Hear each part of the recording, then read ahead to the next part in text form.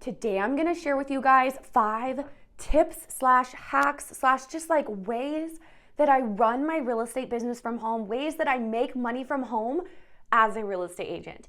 If you're new here, welcome. My name's Mariah. I am on my 10th year now in the real estate industry. I got my license right out of high school. My husband and I got married pretty young. And then a couple years after I was licensed, my husband was able to quit his job and join me full time. We have been a husband and wife real estate team ever since, which has been just so amazing and we love it so much. However, when I was a new agent, honestly, probably the first 5 years or so in my business, my day and just life as a realtor looked so drastically different than it does now. I don't think I would have even believed you if you told me back then that I was able to make money as a real estate agent from home. My day back then was like driving from house to house all day, from town to town. I was never at home. These very things that I'm gonna be sharing with you guys today have enabled me to be able to run a successful real estate business as a stay-at-home mom, mostly from home. Obviously, I leave and do things here or there, but most of the time, honestly, it is from home. It's allowed me to work way less than part-time hours while still running a successful business. There are other ways to make money as a real estate agent besides just that conventional, real estate model, I guess you could say, that everyone knows about and talks about. And this is not talked about enough. I don't think enough people are even doing this. There is more than one way to do things. So be sure to stay tuned until the end. Whether you're a fellow mom in real estate or you're just someone trying to scale your real estate business, you are for sure not going to want to miss anything in today's video. But before I get into the 5 tips, I wanted to show you guys my new home office, because if you've been following along with my channel for a while, you know, when I got my license, I was with a big brick and mortar franchise, well-known brokerage. I always said I would never ever leave. And then about 2 years ago, out of nowhere, I knew we needed to leave. I knew where we needed to go, and it happened so fast, so out of the blue, and we did it, and it's been the best decision ever. So about 2 years ago, my husband and I left our big brick and mortar brokerage and joined Real Broker, which is a cloud-based brokerage. That's not what today's video is about. If you're like, what's Real Broker? Or you want more information about it, I have an entire playlist on my channel sharing everything you need to know about Real Broker, so you can go find that. But today's video is not about Real Broker. That is an important part of the story, because up until about 2 years ago, my husband and I had a physical office. At our big brick and mortar brokerage, we were top producers, so we had our own, only the top producers there had their own office rooms, I guess you could say, that you could decorate, go in and shut the door and actually have a private space to work from. But we have not had that since. It's really not been that big of an issue for us. I do Zoom calls sometimes with agents who are thinking about joining Real and just want more information about it. And that is a question I get asked a lot, is like, will it hurt my business not having an office? Honestly, it has not been a problem from us. But we have not even had a home office. We have literally been working from our dining room table, our kitchen table, our deck outside, wherever we are at. So now we finally have a physical office space, and I wanted to just give you guys a little tour, show you guys, and then we'll get into the 5 tips, so don't go anywhere. And if you haven't already, subscribe and hit the bell. You can also listen to these little episodes over on Spotify. If you're listening on Spotify, I apologize, because obviously you can't see the office, but you'll get to hear a little explanation of some of the things that we have in here. It's pretty simple. Honestly, it's nothing fancy, but I just wanted to show you guys. But anyway, if you are watching on Spotify, this might be one that you want to go find on YouTube. Okay, here we are. As you can see, it's not a huge room, but we did just take one of our guest rooms and finally just made one big order online and set the thing up as an office. There's still some missing pieces like decor, whatever, we'll get to that. But this right here is our little podcasting space. We do a lot of video content. That is one of the big ways that we get business. So we figured it would be a really good idea to just have a room where we could get it all done in and then keep it set up. And when we're done, we can just leave the room, and then come back the next day when we want to record more. Because before, if we wanted to use this gear that we had to set it up, put it away, and that just kind of got old. So we have this whole little podcast setup. The nightstands on the end, I don't really like how they look, but you can't see them from the camera angle, from the view from the camera. You can't even really see the nightstands, and they're just what we had to set the mics on, and they work for now. Also, shout out to my best friend. She gave me this tree. I think it's so cute. Okay, so we just have a little cube storage here. That is for the iPad as well as for the iPhone if we're wanting to use either of those to film content. This is, a part I'm very excited about. As you can see here, I've got my walking pad so I can be getting some steps in while I'm standing here editing videos, doing whatever busy work at my laptop I'm doing. Had to get a standing desk. it is turned on. You can just press this button and it goes down or up, which is pretty cool, but we always use it standing. And then lastly, this has been amazing because I do get asked a lot, like if I switch brokerages to Real Broker and I don't have a physical office to go to, is there a bunch of expensive stuff I need to buy? Really, the only thing I would say that you must buy is a nice printer. This was a pretty expensive one because it prints straight from our phone. You don't have to get an expensive of one, but it's honestly been amazing and it's definitely come in clutch. And that is really the only thing I would recommend buying if you are joining Real Broker. That's pretty much it. I just wanted to show you guys that real quick. Now let's get into these tips. So now I'm gonna share with you guys the 5 tips for running your business from home as a realtor / ways that you can run your business from home as a realtor and make money without even leaving your house. This first way is by doing Zoom calls. For the first 5 years or so in my business, when I met with a new buyer client, for example, to do a home buyer consultation, which I believe you should always do if you are an agent, and if you want the whole lowdown on how to do that, head over to my channel. I have a video where I go in depth on how to do a buyer consultation. But a buyer consultation is the very first step when you are working with my husband and I as a buyer. And I used to drive to the office and sit there in my little office cube and do these buyer consultations in person with my clients every time. I was always told by my broker's training, you have to do these in person. That's the most effective, that has the highest conversion rate and all of that. And it's been about 5 years since I have done one in person. I'm never going back. It has not hurt my business one bit. I do these buyer consultations over Zoom. So basically what this looks like is someone reaches out to me, they want to buy a house. I schedule this buyer consultation. That's the very first step. It sets the tone for our relationship, just lays out expectations, honestly helps things go so much smoother throughout the entire transaction. And if you want to not work with that buyer, like say you want to build a more turnkey business where you do the marketing that attracts the clients and then the clients come to you, and then you have somebody that you want to pass on the clients to, like I oftentimes do to my husband. If he wasn't in real estate, I would have a partner agent that I do this with and get a referral fee from. I just listened to a podcast where this agent was sharing her business plan. She is a real estate agent, sells like 70 homes a year, and she lives remotely with her family. They literally travel 6 months out of the year. They're not even home.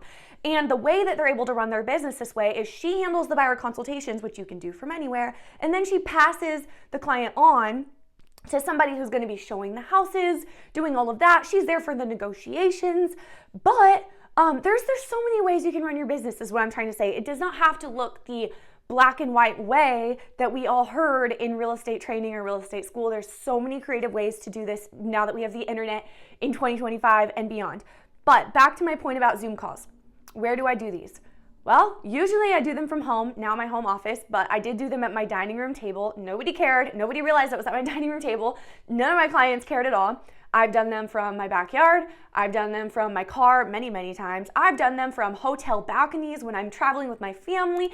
You can do them from anywhere. That's the beautiful thing. So Zoom, utilize it, make it your best friend, make it protocol, make it normal protocol. A lead comes to you, all right, the next step is a Zoom call. The first step is a Zoom call. Just make it your natural protocol. I also do Zoom calls with agents that are considering joining Real, and this is another way that I make money in my business, and it's just through Zoom. You don't have to meet with people in person. You can do it all over Zoom. Tip number 2, I won't really talk about this much because I kind of already covered it earlier in the video, but it is home office. If you want to make money this way, do you need a home office?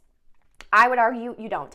I've done this successfully for, like I said, it's been 2 years now since I've been with this cloud-based brokerage, and I have not had a home office the entire time. It has not been a problem. I am excited to have a space now, but it's more just for my own personal comfort. You do not need a home office. You do need a printer though. You gotta get yourself a good printer. Tip number 3 is shift how you get your clients / how you think about going and getting clients for your business. We all know as real estate agents, or if we should know, that your number one job as a real estate agent is not selling houses. It is lead generating, because if you do not have consistent, effective lead generating strategies in place, or marketing in place, even lead generating and or marketing, I would say you need both at first. If you don't have that in place, you don't have anyone to sell houses to, and you won't sell any houses. So as a realtor, you are spending a lot of your time, especially as a new agent, working on lead generation activities.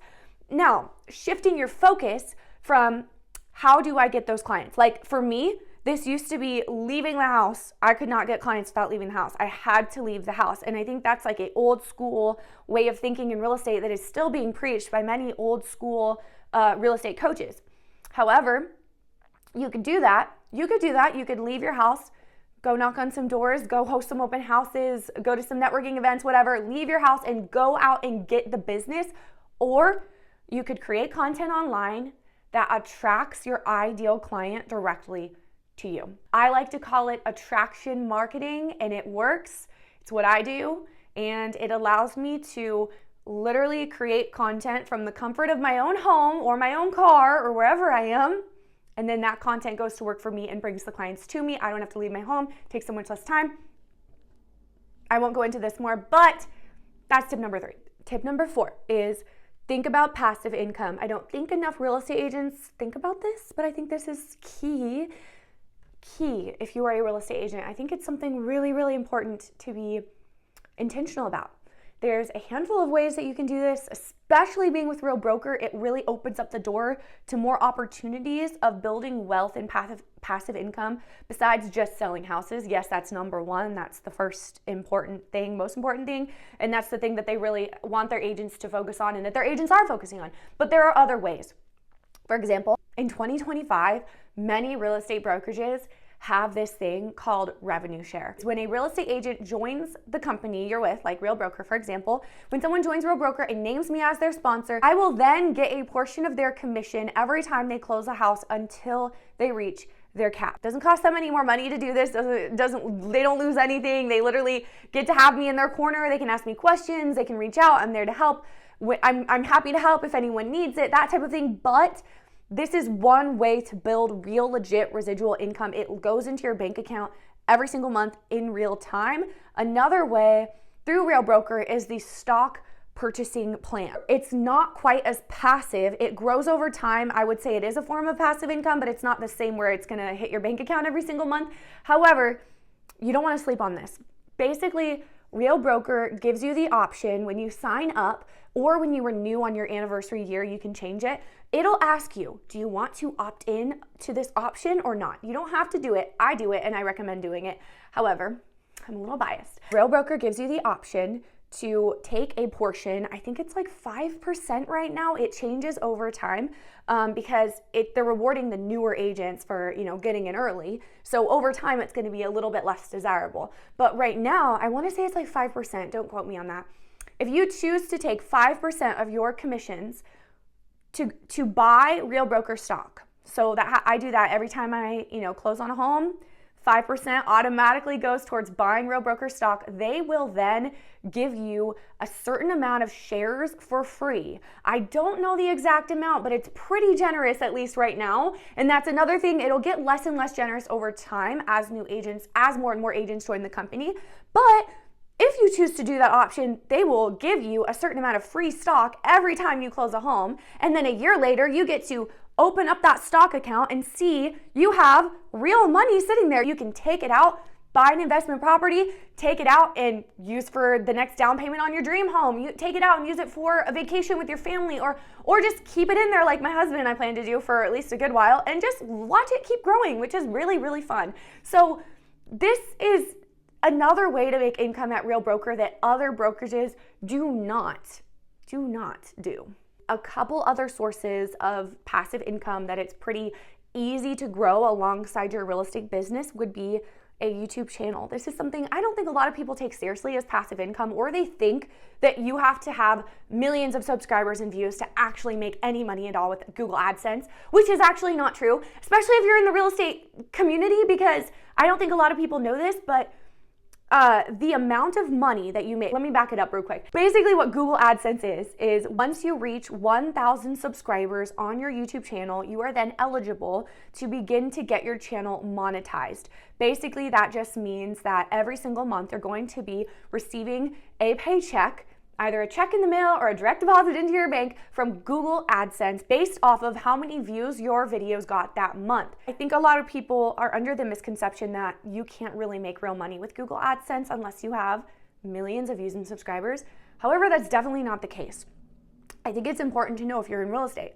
This is a cool fun fact that most people do not know, that Google AdSense, I don't know exactly how it all works, I'm not an expert, but I do know that Google AdSense pays differently depending on the niche. What I mean is somebody who has a YouTube channel where they are doing makeup tutorials all day is going to make a different amount of money than somebody talking about real estate, for example. And for some reason, real estate is like one of the highest paying niches. It pays per view. The videos get less views generally, but pays a lot more per view than someone with like a pranking channel. I don't know if this is making any sense, but like 20,000 views on a video about real estate, money, financing, anything in that category is going to make you more money than that same amount of views in another niche on YouTube. So that's just something to keep in mind as a real estate agent. Obviously, this is no get rich quick scheme. I had a YouTube channel and posted on it extremely consistently for years and years and years before I was ever monetized. And you really have to be doing it because you enjoy it and you feel like you're supposed to be doing it. Otherwise, you're not going to be able to keep going without seeing any return.